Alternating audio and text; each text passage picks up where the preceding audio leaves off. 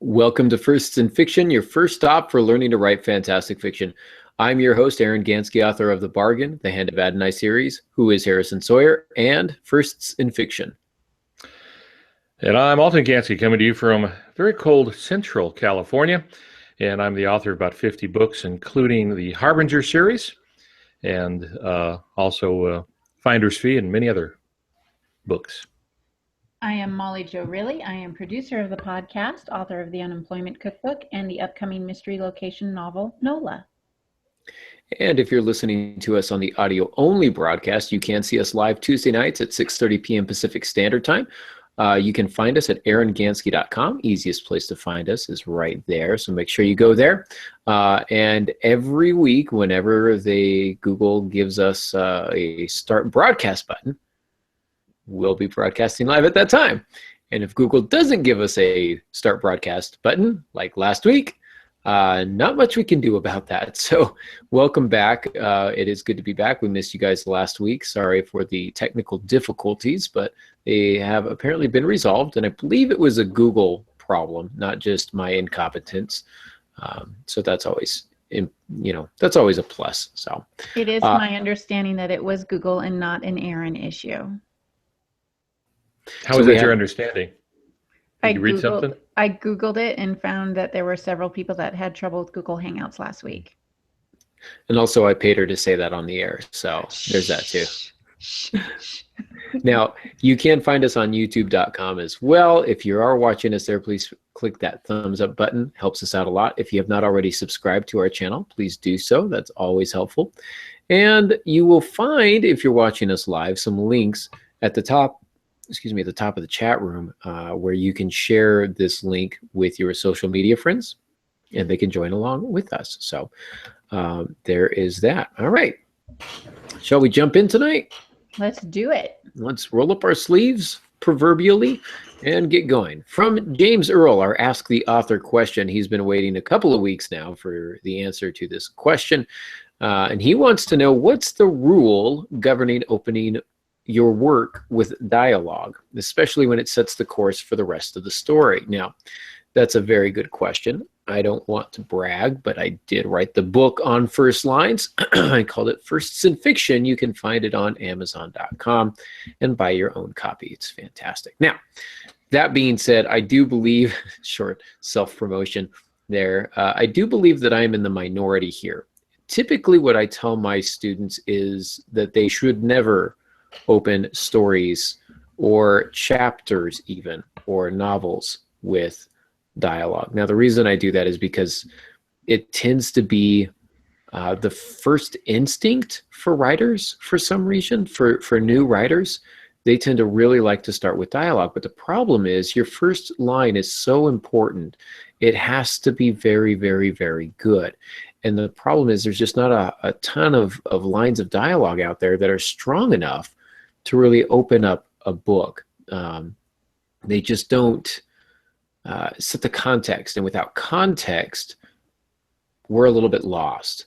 Now, there are ways that you can do it. When I did my analysis of the 100 best first lines in novels, what I found was that only 2 of them began with dialogue. All the rest started with conflict or character, etc. There was a third one that did have a second line of dialogue, which was really, really good. And all 3 of those, if you want to include that one, were super fantastic. Just really, really well done. But a couple ways that they did it without spoiling my entire book for you is that they included action. So there was something happening with the dialogue. It wasn't just quotation marks, dialogue, in quotation marks, something else. It was always, quotation marks, some action, and then, finish the quote. Begin quote, a little bit of action in the quote, or begin with action and a little quote, or a little quote and a little action, whatever the case may be. However that worked out, there was some sort of contextualization so that we knew who was speaking, and we knew to whom they were speaking, etc. The problem is I get a lot of lines from my students that start like, how could you do this to me? And you might think, oh, well, this really indicates betrayal. And this is really great because it shows conflict right away. But the problem is I don't know who's saying that to whom. I don't know how they've been betrayed. And I'm not really curious at this point. I'm just kind of like, I don't care about these characters. I don't know who they are. So the betrayal doesn't have that emotional context that you want, and it tends to fall flat. Is there a way to do an opening line with dialogue? Yeah, and Pops, you're going to get into it. You're going to give us some good examples as well. The reason I say never is because I really want to make the point that unless your first line of dialogue is super, super, super strong, you should probably find another way to do it. So again, I think I'm in the minority here. Pops, why don't you go ahead and play devil's advocate? Well, I'm going to first of all ask you a question, Mr. MFA here. What do you do with first person? Because in a sense, first person is the character, the protagonist talking to the reader. So it's not dialogue because there's not an exchange, but it is a monologue. So when you have in Moby Dick Ishmael saying, "Call me Ishmael," is that not beginning with dialogue? I would say no. And the reason is and I haven't really thought this through. You kind of caught me off guard. Thanks for doing that and making me look silly. Well, that was my plan, to get you off guard. I've been working on it all week. You don't need any help with that, Aaron. I was going to say, you don't have to work hard to make me look silly. Look at these headphones. Okay. I would say no, and the reason is, for me, dialogue indicates too. A monologue is a little bit different. You can begin with a dramatic monologue, especially in first person. If there is a direct address to the reader, I'm usually okay with that because the reader understands that they are the one being addressed, and the character, the narrator, is taking on the voice, whereas the voice of the storyteller. And so just in that aspect, there is contextualization. We understand the social norm. I am the reader, the narrator is the narrator. And so here, if there's a direct address like "Call me Ishmael," okay, he's speaking directly to the reader. I get that. And that was, by the way, the #1 line in American Book Review's 100 Best First Lines in Novels. I believe that was #1, "Call me Ishmael." I'm also thinking of Huck Finn. Doesn't that begin with the breaking down of the fourth wall, by which I mean that's really an acting term, where you have 3 walls that make the setting, but then you address the audience, and that's breaking the fourth wall. When he says, and you might remember the quote better than I do, but it's something, "But you know nothing about me except that you've read a book by Mr. Mark Twain or something called Tom Sawyer. You don't know a thing about me unless you read a book called The Adventures of Tom Sawyer by Mr. Mark Twain," something like that. Yeah, something like that. Yeah, very meta. Yeah, and I'm okay with that. If you're in first person and you're addressing the reader, I think you're okay with it. It's a little bit easier to do, but I guess what I'm trying to go to is this is funny. Orson Scott Card has famously said, I believe in his book How to Write Science Fiction, not to begin with what he calls white room dialogues, which is just 2 people speaking with no contextualization, which is exactly the way he begins Ender's Game. So he broke his own rule, and the reason he listed for that was because the dialogue was about Ender. It was not about the people speaking, and so the people speaking were irrelevant to the point, and Ender was the one that was important. Now, I love Ender's Game. Fantastic book. Really, really good book. Love Orson Scott Card. I will very rarely ever disagree with him, but I would take up the counterpoint there and say that after having read the book, that I wasn't super thrilled with the white room dialogue because I still felt like I wanted the contextualization. I got a good sense of one of the characters, not of both. I didn't get a sense of who the characters were or how they were involved. And so some of the dialogue that I think he wanted to really, really hit, I don't think hit me as a reader in the same way that he was hoping. Again, I think I'm in the minority here. So, well, I don't like Orson Scott Card, and the reason I don't like him is he is so stinking good that he just intimidates me, makes me want to just leave the profession. Yeah, even listening to it on audio, which we did on a trip sometime back, a few years back, just drove me nuts because it was so well written. I was having trouble enjoying the story because just every word counted. So, yeah, he knows what he's doing. Absolutely. I was reading him when he was doing just short stories in pulp magazines. He really learned his craft. So, well, as I talked to James, and first of all, I need to say I've got to apologize. Professional that I am, I sat in the wrong chair. I've got my old wood squeaky office chair. So when I'm done talking and you guys start talking, I'm going to switch chairs to something that doesn't squeak every time I move. So anyway, James, I don't have as big a concern about it as some people do, and as Aaron has expressed. I've done it a few times. I have not done it a lot because it is difficult to do and to do properly. I think it takes a little more creativity. The thing, well, and then in my writing too, I can also say that I've never had an editor challenge any time that I did that. So I don't think it's a rule. And anytime we get a question like this, what is the rule about? The first thing I want to say is there are very few rules in writing. There are some, obviously, in grammar usage. You're going to end a sentence with a period. You're going to begin a sentence with a capitalized first word and all the other things, unless you're going to do something really avant-garde. But, you know, there are those kinds of rules, but it is an art. And so if you can do it and do it well, then great. The key here is to raise a reader's interest. And if the best way to do that is a bit of dialogue, then that's what you want to do. And I've often believed that the first few sentences, especially the first sentence, ought to make the reader go, huh? That is, I want to know more. Something's been introduced to me, but I've got to read on a little bit more to find out what's going on. So in one book I began, you may put your shirt back on. And that was the bit of dialogue. And the idea there was that the reader would wonder who had their shirt off. Why is the other person telling them to put it on? Is it a man? Is it a woman? What's going on with it? And the only way to find out was to read the next few lines. And then they discover that the person, it's a man who has a shirt off talking to a woman, and the woman is his doctor. And he was there for an exam. And that's how I introduced the character as a medical doctor, small town doctor. But I did it with a first line of dialogue. Now, not much dialogue, it's just a line, because the next sentence fixes it up. So the people know what's going on. So the key is to make sure that you're building readers' interest. That's the goal. And to me, that's really all that matters with it. I did another book that began with a piece of dialogue, and the dialogue goes, "What do you mean, no?" And then again, that raises a question.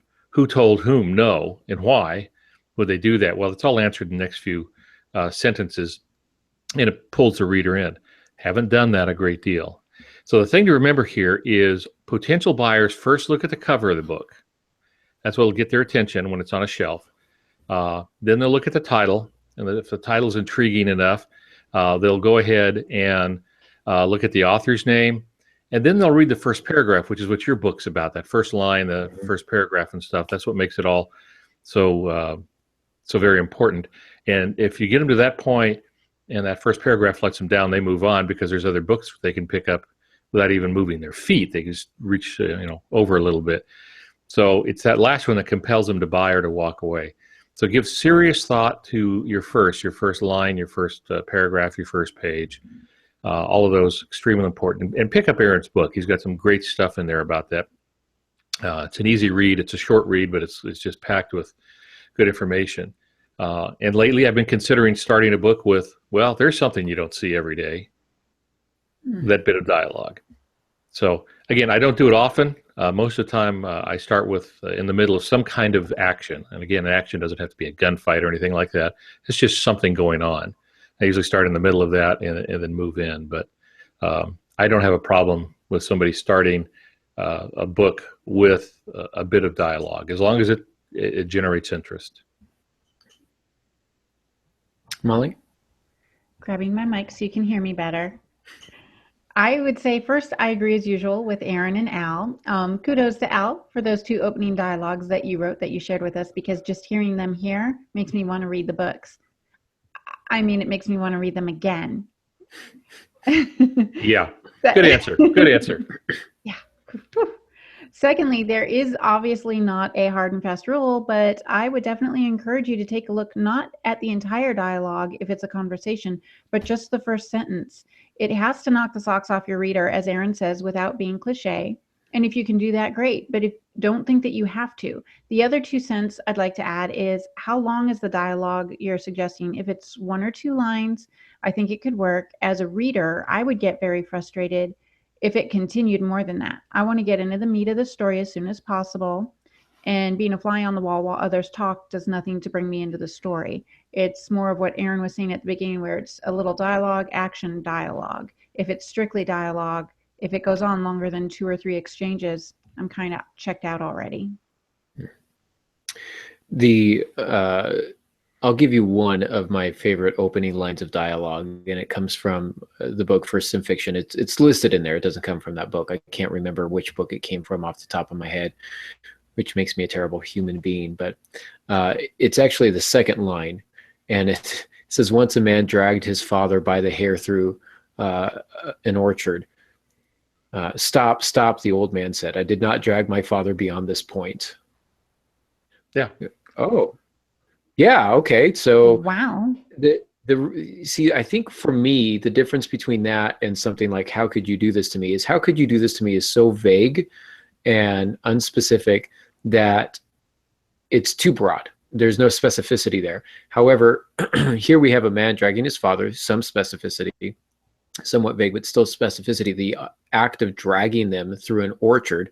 An orchard is, we're establishing setting as well, some details. So we can start to formulate an image.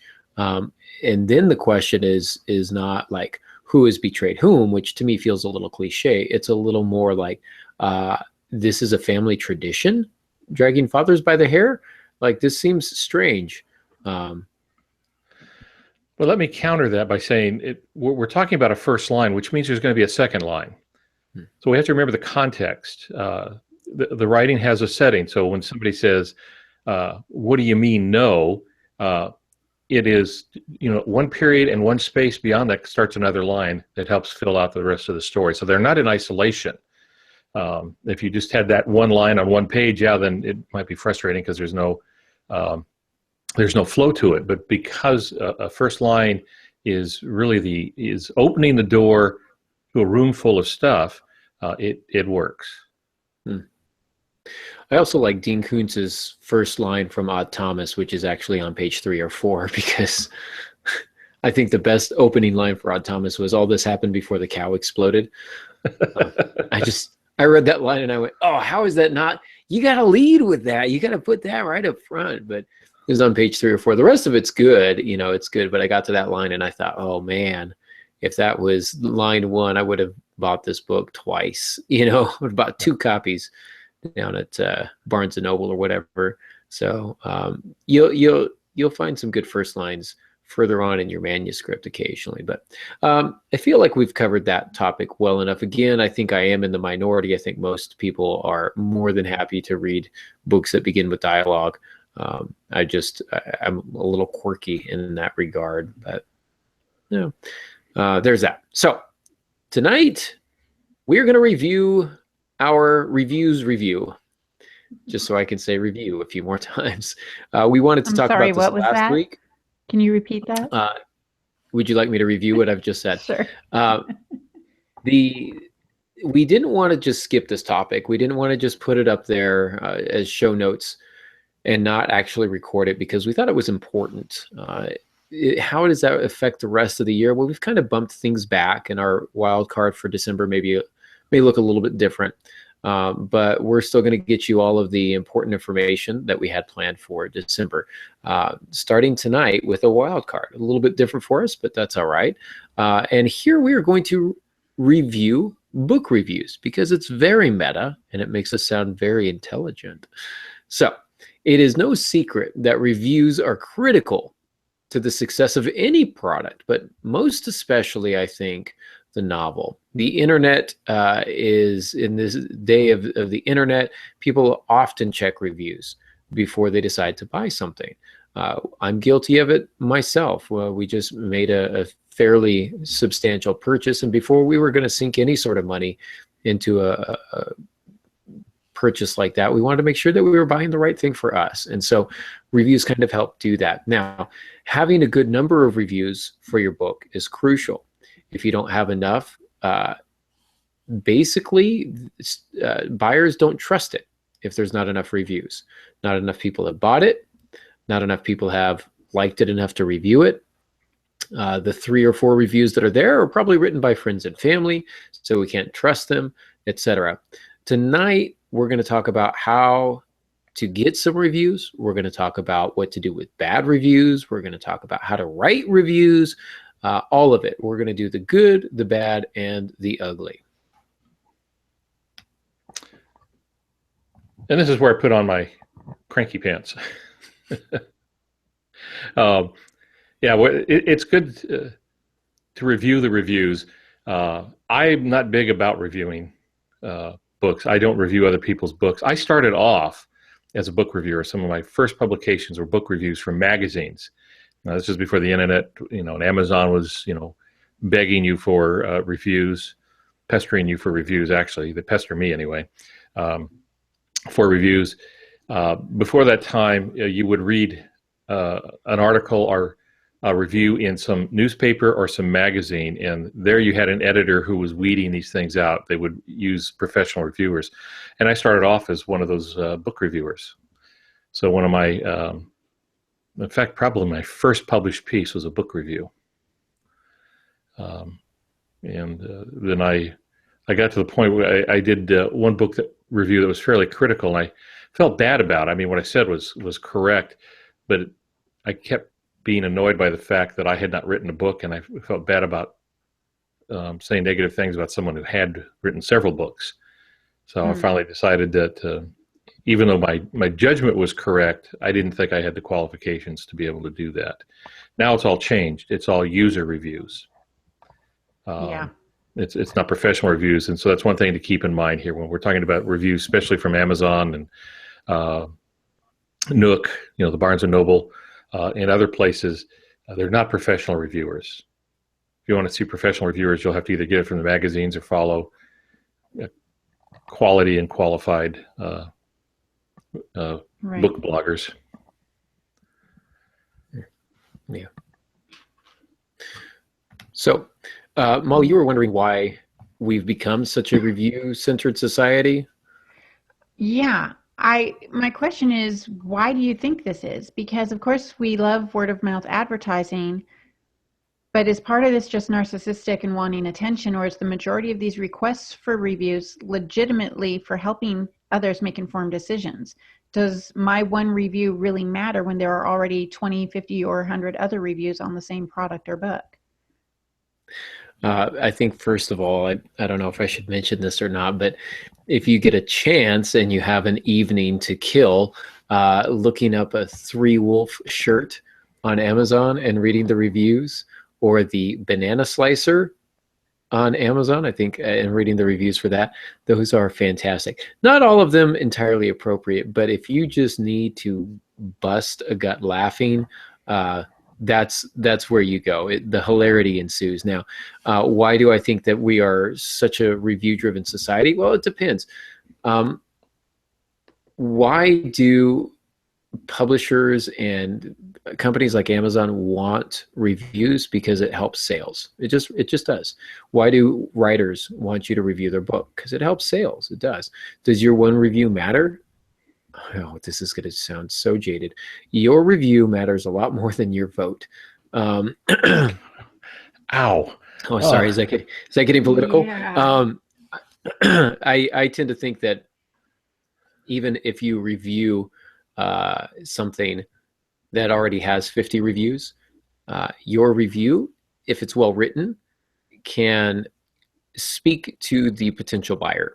There have been several times where I've read several reviews and thought, okay. And then I read a couple and I went, oh, that's a deal breaker. Or I thought, oh, that's for sure. If they're doing that, and that's what this book is about, I'm doing it. And so, yeah, this is one reason why Amazon has most helpful reviews, where you can actually review reviews. Was this review helpful to you? Yes or no? And so by looking at those, it can not only help sales, but it can help consumers to make a more informed decision. And I think that's what it's about. I don't think, I don't, there might be a certain amount of narcissism from the point of view of an author saying, please rate my book or review my book. There might be, they might be sitting back there just waiting to read those reviews because they need that sort of affirmation. Or it might be something else. It might simply just be, hey, your review helps me to move more books. And I know when I ask for a review, that's usually what it is. Number one, I do want to know what you think of the book. I am genuinely interested. I want an honest review. And secondly, selfishly, yeah, it does help with numbers. So that's, I don't know, Molly, does that answer your question? Yeah, absolutely. Very much so. Thank you. All right. Excellent. So moving on.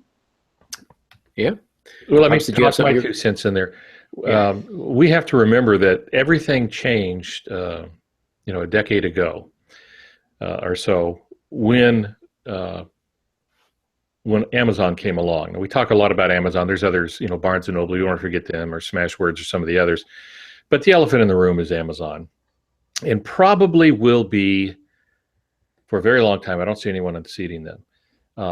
But there's really 2 things that they're doing when Amazon asks for reviews. If it's a product that's being reviewed, they want to know if the product lives up to what the manufacturer says it does. And if it doesn't, then they're going to want to deal with that company, or maybe even drop them altogether. So sometimes they're doing it to keep their reputation up, to keep their customers happy.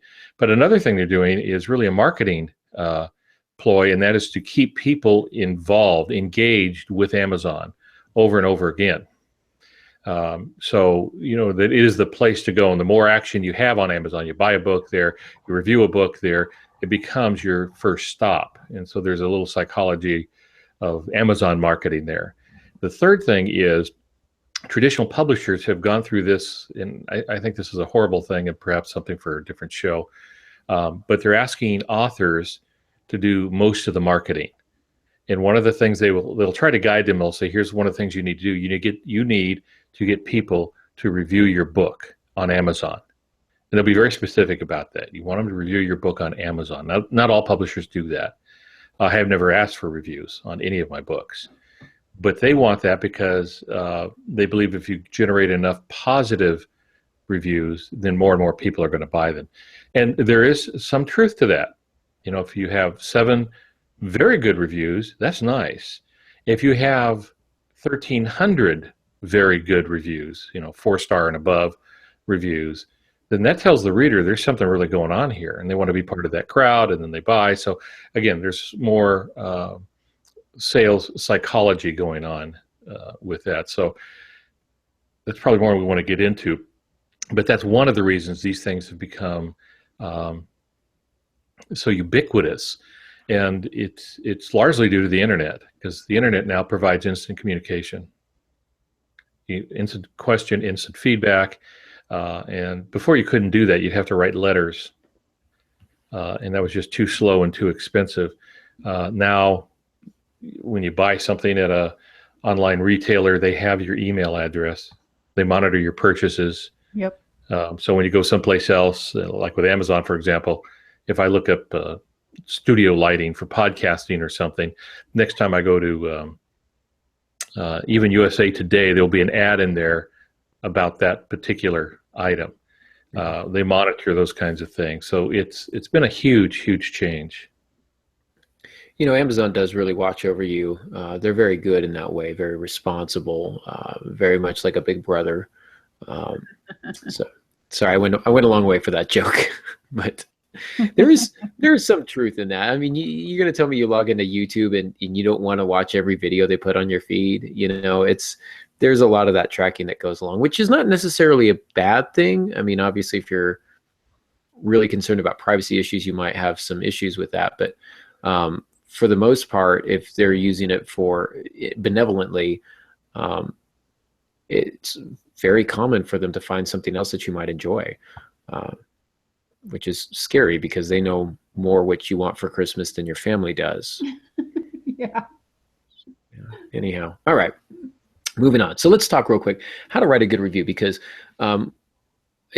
Pops, you maybe disagree with me here, but I mean, if you want to support the arts, if you want to support your favorite novelists and writers, one of the easiest ways that you can do it, one of the cheapest ways you can do it, is by writing reviews. If you already own the books, you don't have to buy anything at all. You just log on to Amazon or Barnes & Noble, you write a quick review. There are a few elements of a good review. And the first one I would say is this: read the book. And I know that sounds ridiculous, but I actually read a review of one of my books. It said, this book didn't make sense. It jumped around a lot. I admit to skipping the middle portions. Wait, what? You skipped part of the book and then you're going to tell me that the book didn't make sense? Like, that's really bizarre. So if you're going to write a review, first step, read the book, the whole thing. Go ahead and read that whole thing. That way you're better informed about the things that you like and the things that you don't like.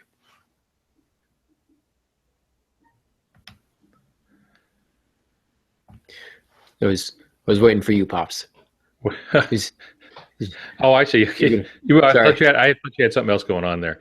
I did want to add one thing that I skipped over a little bit earlier, and that is, it's good to ask yourself why you want to review. Some people want to review for the attention, and that's why you get those kinds of comments. I think we've all seen them, and you wonder if they've read the same book that you wrote. And this is the problem that we face as writers: is anyone from anywhere in the world can review your book, even though they can't even write a review that makes sense, doesn't have a ton of misspellings and stuff in it, and be critical. It's because some people want to be very critical. You can do this on YouTube. You look at the comment sections on any video, there'll probably be as much as a third or more where people are swearing at each other about things, because anyone can do it. So we've lost the safety net. And so the professional book reviewing is really been flushed down the toilet, because just anyone at any place can make any comment about anything, whether they understand it or not. Now, that doesn't mean there aren't positive reviews. There are some people who really know what they're talking about. Sometimes another author will review my stuff. Well, that matters to me because, they do the work. But then there's people that just clearly haven't even read the book, as you said. My opinion is going to differ here a little bit, Aaron. It's one thing to note if telling the story stumbled, or if there's some inconsistencies, or there's unfinished storylines which frustrate readers. I can understand that, even though there are times when you have to leave a story unfinished. Dark Moon is one of my stories, and I never, a red spot appears on the moon, grows, and then at the end goes away. And it says I never explained how it went away. Well, none of my characters are on the moon, so I have no way of telling them how it went away. There's just no way to know. But anyway, I got some complaints about that. It is impossible for a writer to pen a book that makes every reader happy. It just can't be done.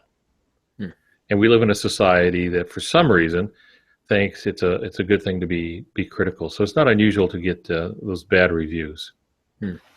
And that's okay. We'll actually talk about how to deal with those bad reviews later. But again, in keeping with the idea of how to write a good one, because you don't want to be a troll.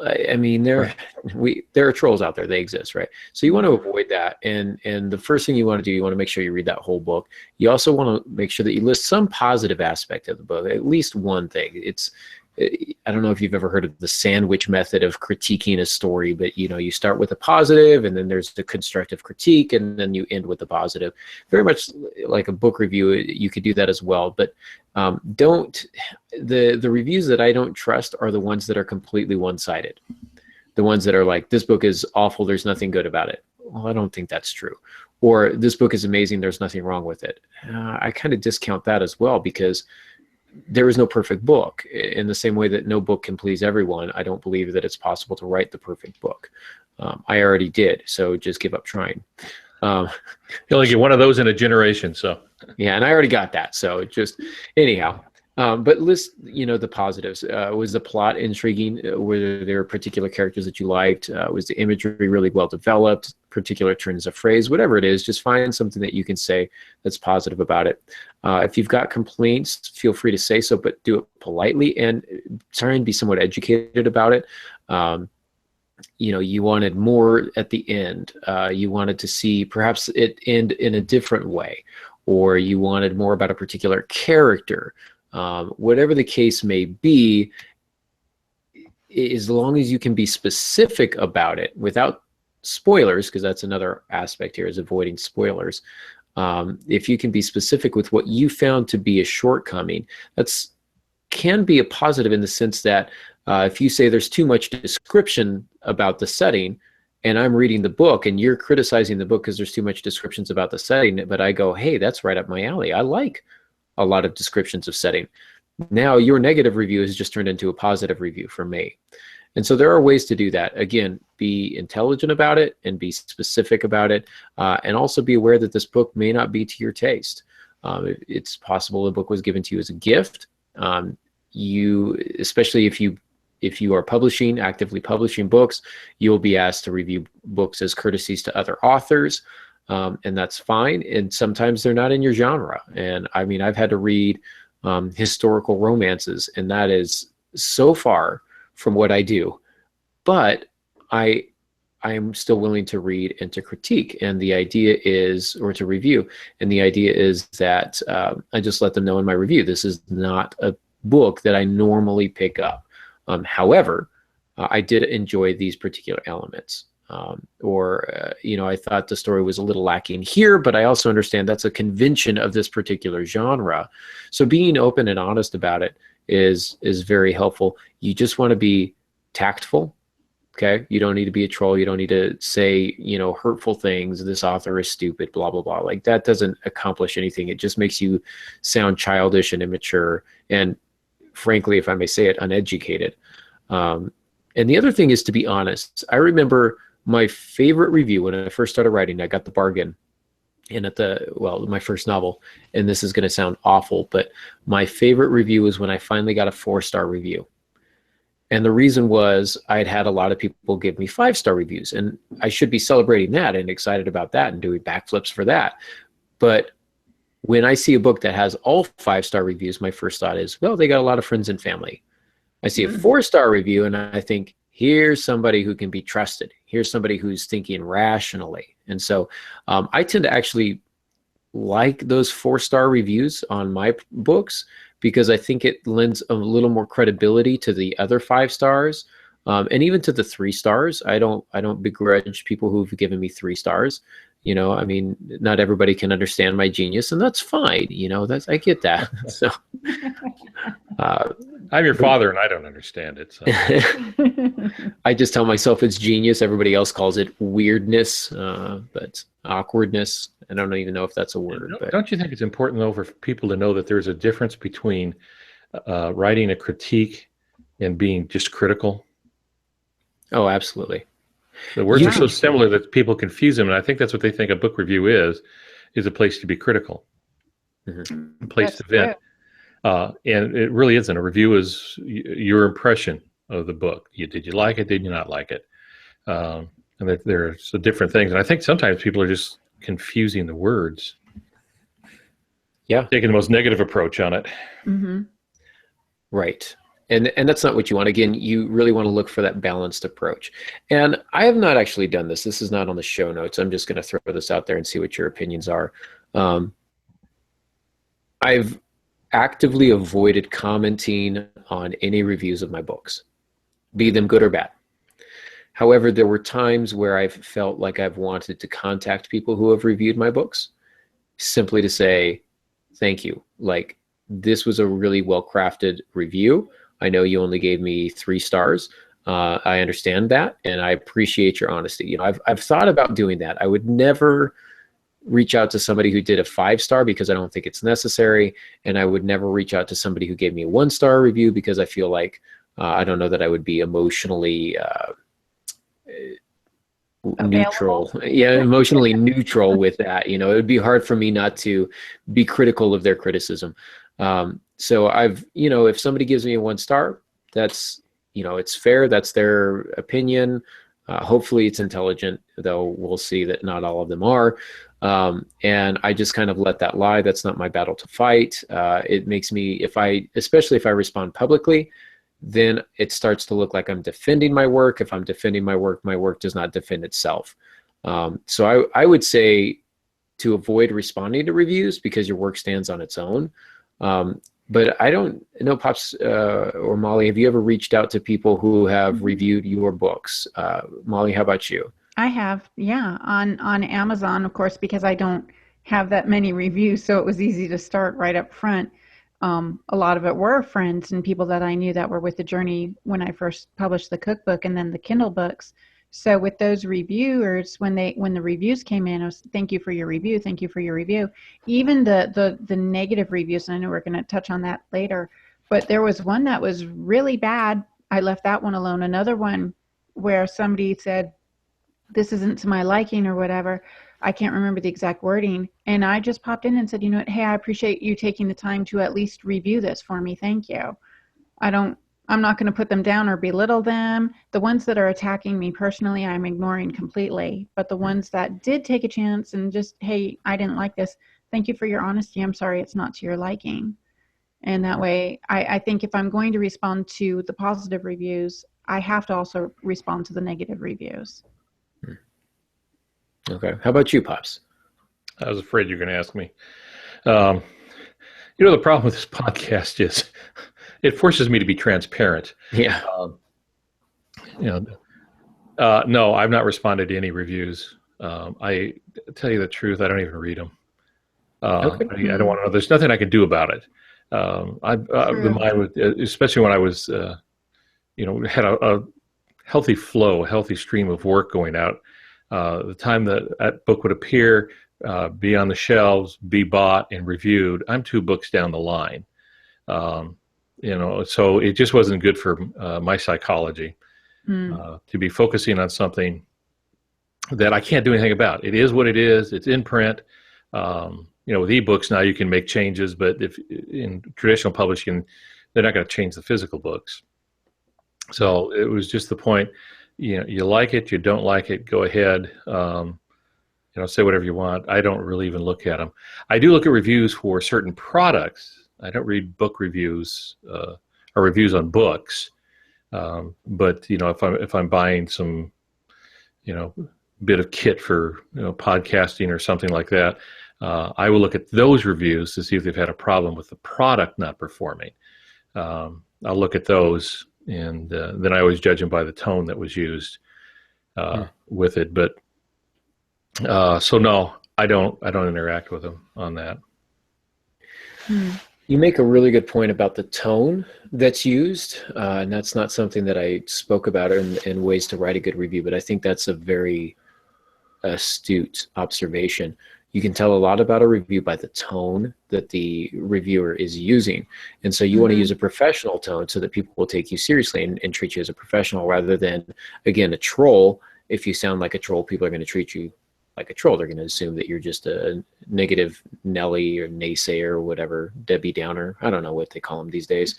And so using an appropriate, respectful tone, even if you hated the book, be appropriate and respectful in your specific critique.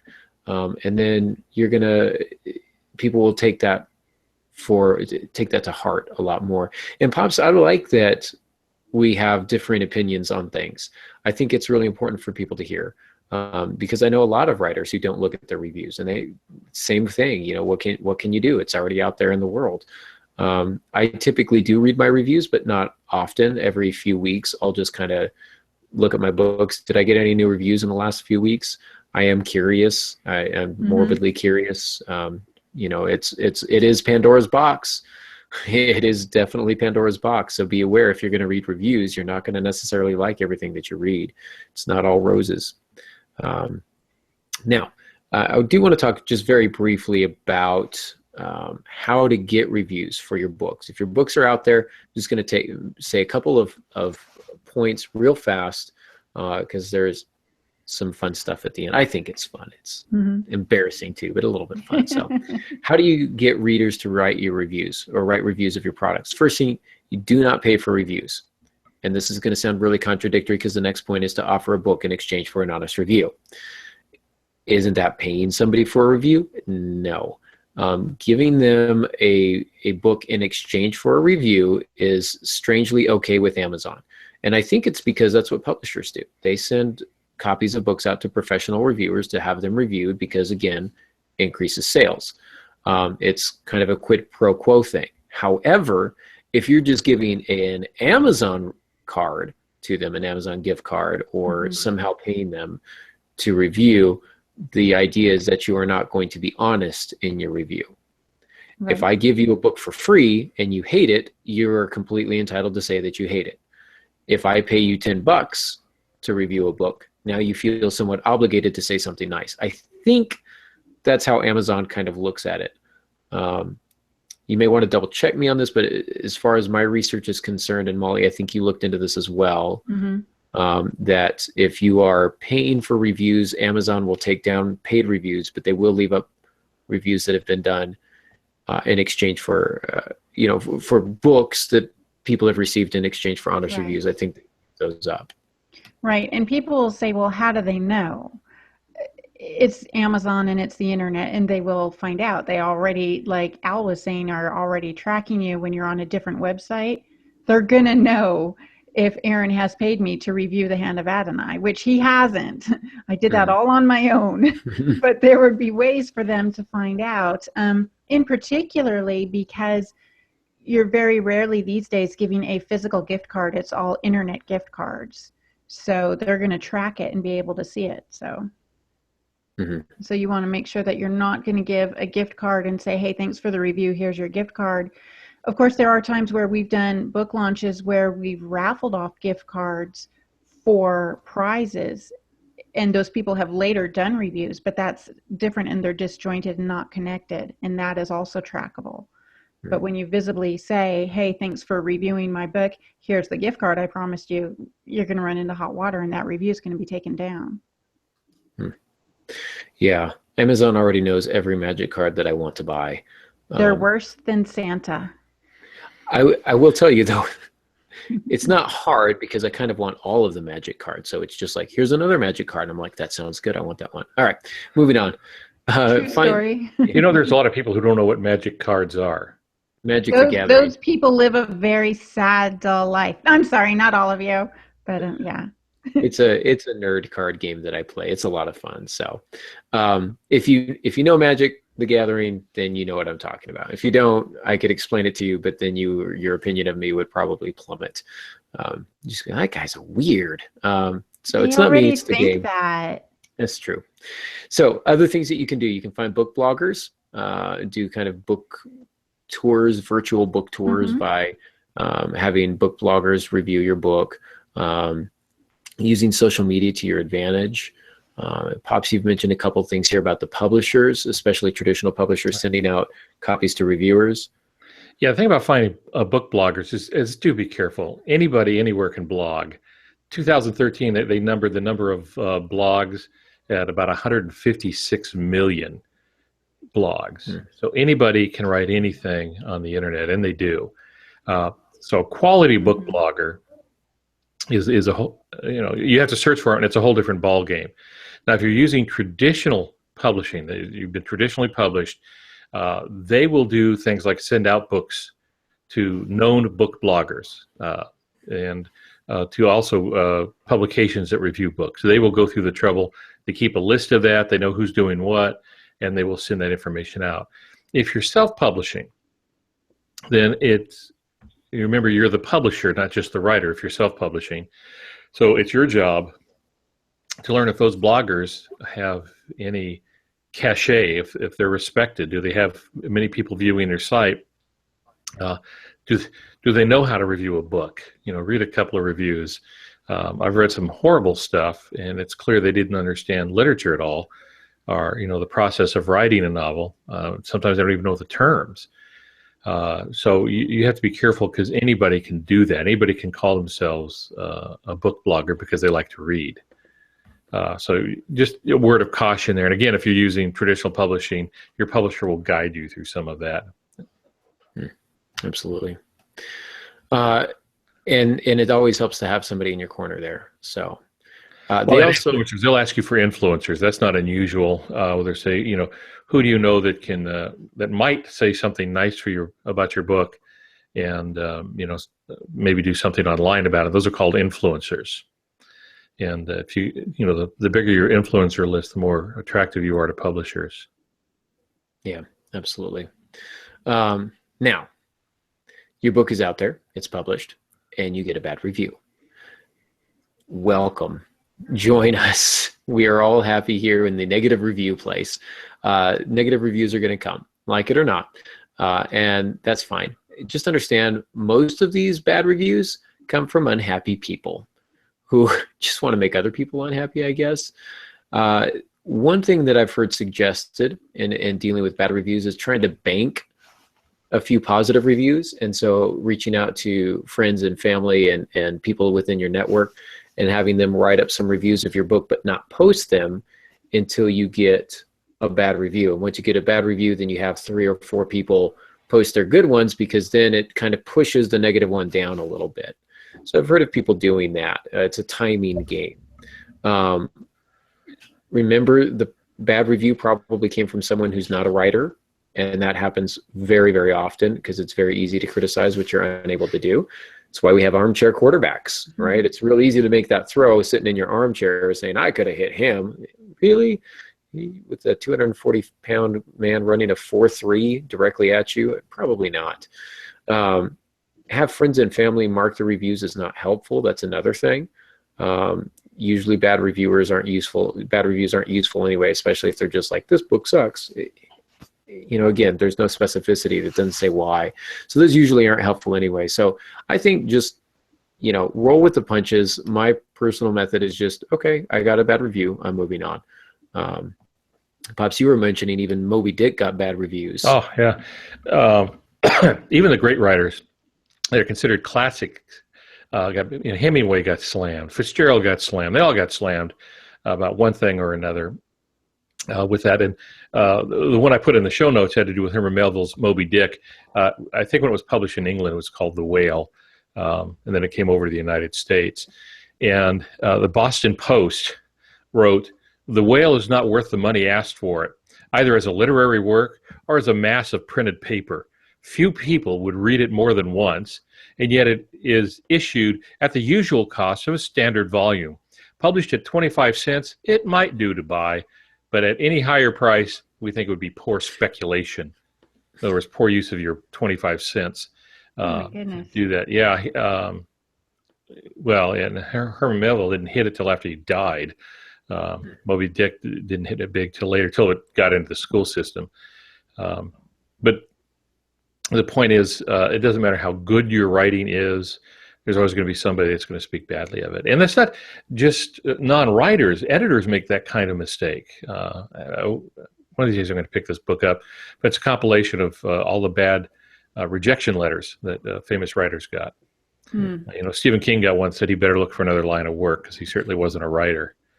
So you get those kinds of things. It's not unusual for someone to be critical. And oddly enough, the better you are, the better the sales, the more the criticism. Because some people cannot stand success in others. More trolls. Disappointing. That's never been a problem in my career. But So, Molly, you were mentioning in the show notes here how you deal with the few bad reviews that you've received.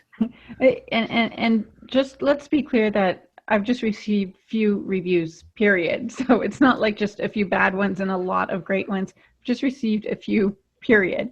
But on the Unemployment Cookbook, there was one, basically a troll that was kind of a personal attack. And how I dealt with that was I just put a short post on Facebook of how I didn't think the person was actually reviewing the cookbook. And it kind of upset me that there were people out there like that. And immediately my friends who already had the cookbook went to Amazon and Goodreads. And not only did I receive over 10 5-star reviews that day on each site, but several of those people actually responded to that bad review.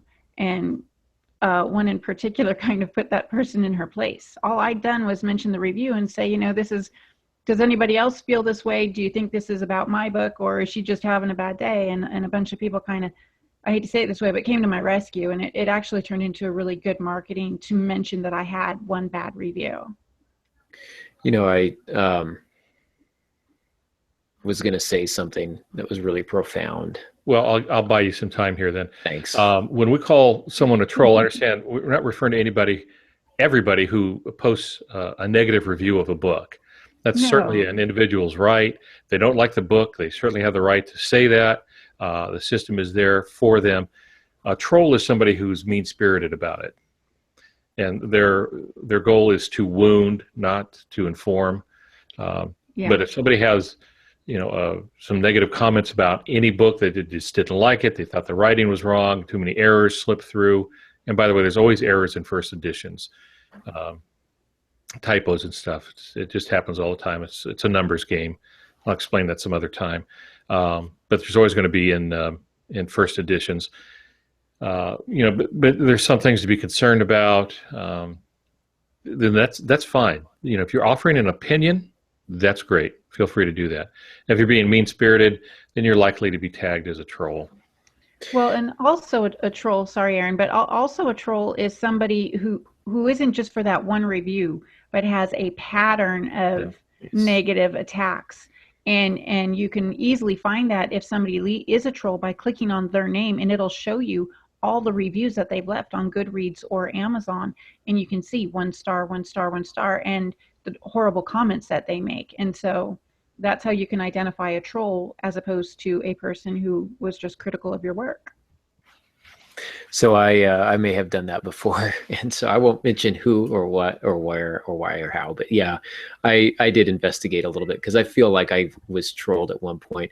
I did want to say, Molly Jo, that your point of others taking up your cause and responding to the negative reviews, that's great and awesome, but I would encourage our listeners, if that's going to be your MO, if you're going to come to the defense of your favorite author, don't stoop to the troll's level and insult the person, but instead just say, I found this fault with the review. I had a differing opinion on this point. I did not find the character shallow, whatever it is that you want to say to counteract what the troll has put out there, the mean-spirited review has put out there.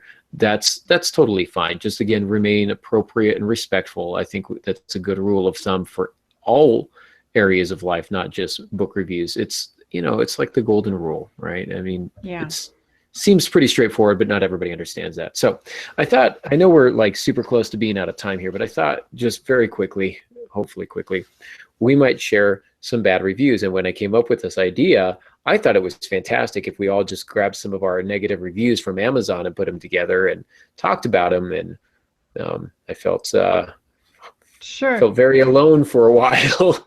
I'm posting all my negative reviews and like, look at all these, and everybody's like, "Oh, I don't have any negative reviews."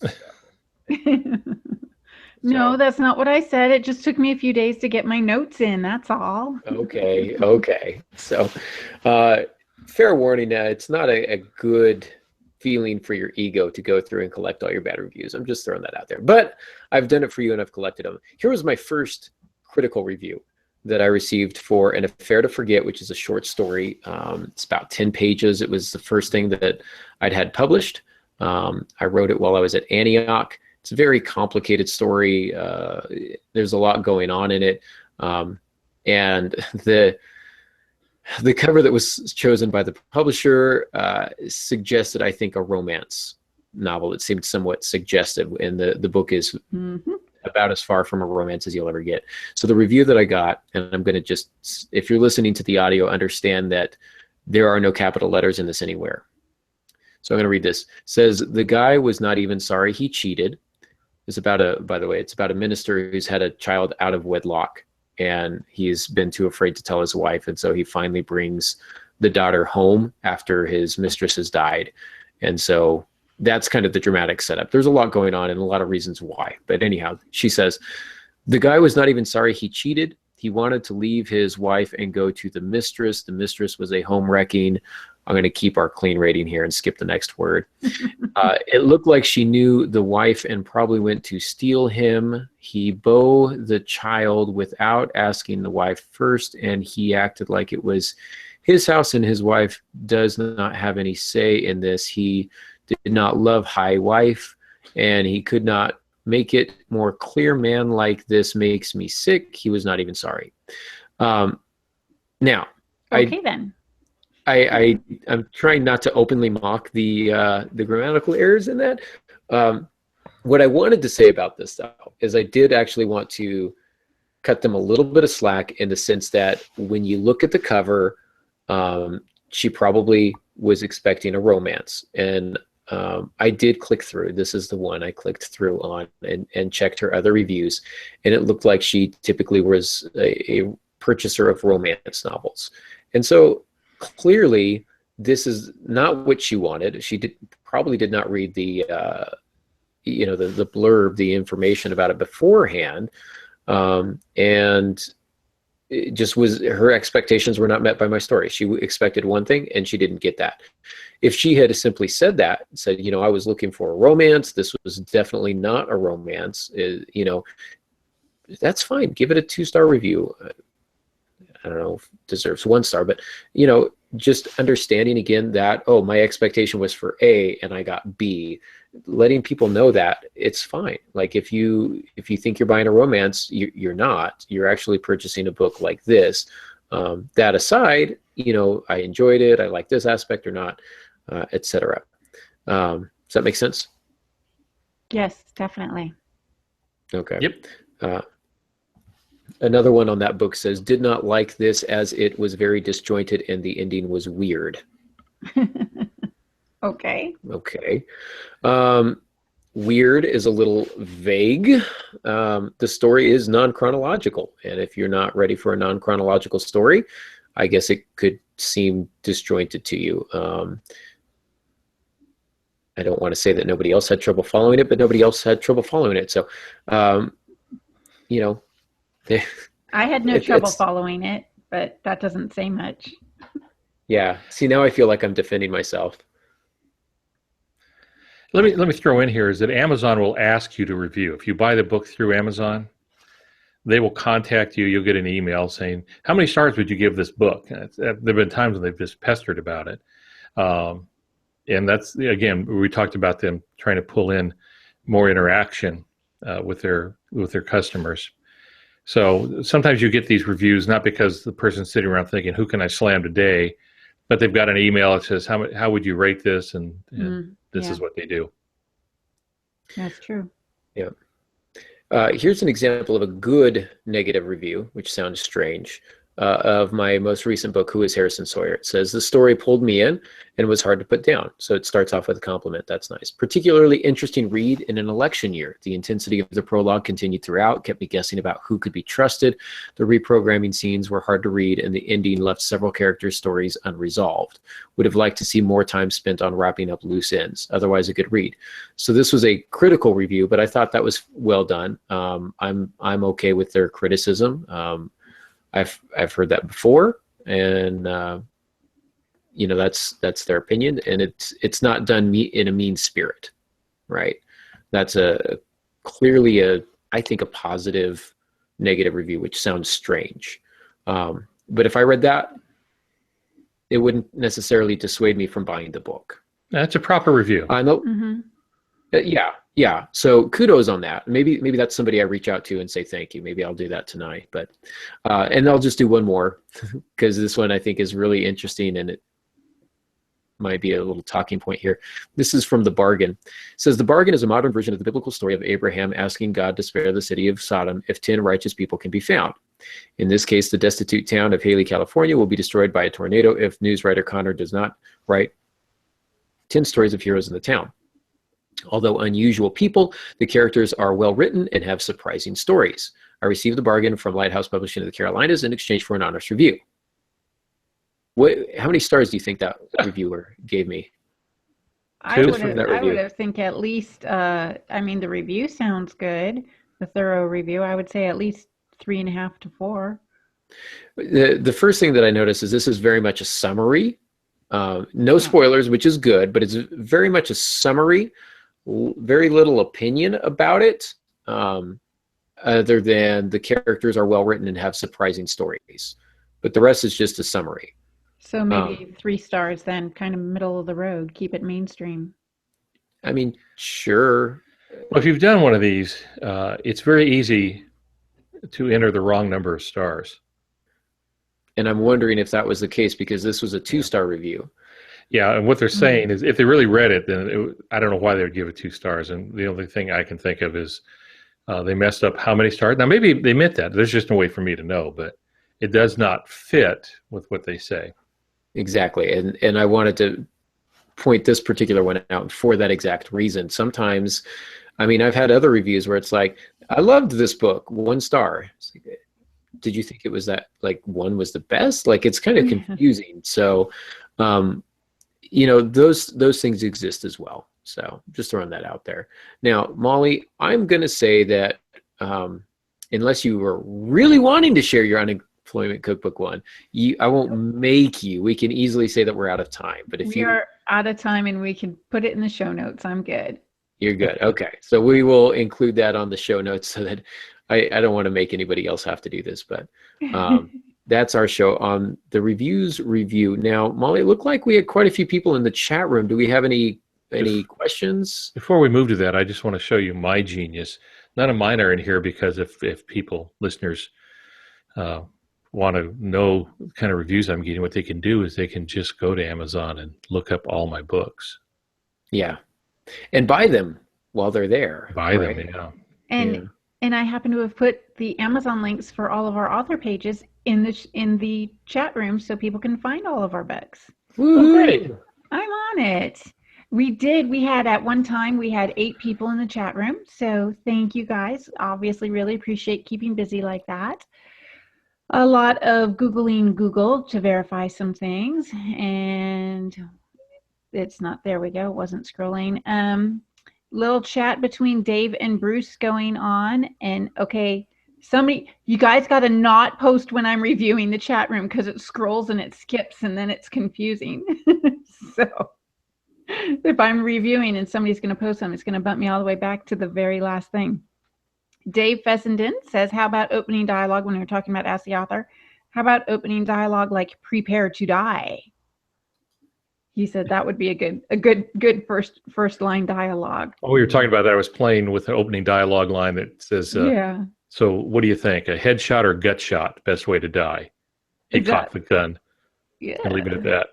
That would be interesting. Dave also says that at that time, Aaron was contradicting his dad. His adolescent rebellious streak is showing. Thank you, Bruce, for posting. So it jumped all the way back to the bottom, and now I have to scroll up to the top again. He did that on purpose. Stop it, people. Stop it. I really don't know where I'm at now. Okay. Dave and Bruce have been messing around all evening, so we're just going to ignore them. Dave says Mark Twain just used his first line to plug his other book. He was a good marketer. And Al, you are intimidated by another author. Dave says that. He says, now you know how he feels when he reads your stuff. And that was a reference to Orson Scott Card. Okay. Yeah. Yes. And a bum. Jacqueline Patterson and I were talking about Christmas baking. So that had nothing to do with this evening, but it was in the conversation. Dave wants to know, didn't some famous author write a short story that was all dialogue? He seems to remember an urban legend of that sort. Do you guys know anything about that? That seems right, but I don't know what it is. I'm in the same boat. Okay, we'll have to look into that. Dave and Bruce both say that if you're really concerned about privacy issues, we should avoid the internet. And why did we become writers? Jacqueline wants to know what kind of weirdo wouldn't read Aaron's books. The intelligent kind? Bruce said if someone writes a review without reading the middle of the book, they're probably on an ego trip. So then I asked the room if they leave reviews or not, and some of them have said yes, some of them said no. Dave said on the second edition of the book, we should put the bad reviews on the back cover. I'm not sure that that would be a good selling point, Dave, but we'll give it a try. Bruce does review on occasion, currently reading a book to help the author launch it this week, and he reviews on Amazon and Goodreads. Wants to know if there are other sites where he should post reviews. And I think we talked about blog tours. Yeah. Do you guys have any other ideas? Barnes and Noble, maybe. Those are the big. It would be Amazon and Barnes and Noble. There's others like Nook. Not Nook. Kobo and others, but those are usually much smaller platforms. So okay. Jacqueline said, and she spelled it really funny. She said she can't stand reviews where every other word is misspelled, and she misspelled all of those words, and that was cute. Just made me laugh. So yeah, that was great. She apologizes, Aaron, for giving you that 1-star review. It's all right. I've found forgiveness in my heart. And the medication helps. The medication helps. Dave says there are people out there who've been smoking something and they give all 5-star reviews, even books they haven't read. He got one that was very similar to, I haven't read this book yet, but I just know it's going to be good, with a 5-star rating. Wow. Yeah, that's just powerful. And then Dave and Bruce going back and forth, something about pickle juice and bad jokes, and I really don't have a clue. And then Bruce started bumping me back up the chat room, and now we're at the end. So thanks, guys. Excellent. Well, next week we're going to be jumping into December, where we're going to be looking at specifically some editing, and we're going to do one of my favorite sneaky prose killers. It's a bit of we've done it before, but it's been, I think, over a year since we've looked at it. So it's been quite a while. It's a process that I'm currently going through and wondering why I do it every time, but I know it's because it makes my book better. Yes. It makes my book better. So tune in next week as we talk about those sneaky prose killers. And we thank you all for listening. You can always find us at aarongansky.com, altongansky.com, and frankly-my-dear-mojo.com. And I think that's it. Have I missed anything at the end? Oh, don't forget Ask the Author. That's what I'm forgetting, which you can do at aarongansky.com, or you can do it on Facebook or Twitter. So thank you all for listening. Subscribe to the mailing list, which the link to enter your email is at the bottom underneath the chat box. And eventually I'll use it for something, I promise. And it'll be like Christmas when you get a new letter. It will be like Christmas, and it will probably be Christmas when you get a newsletter from me. So we're going to set up a business meeting soon, you and I, Aaron, and we're going to go over that. So yeah, there will be a newsletter for First in Fiction next year. We're going to make Molly do it all. So, all right. Well, we thank you all for listening. And until next week, good writing.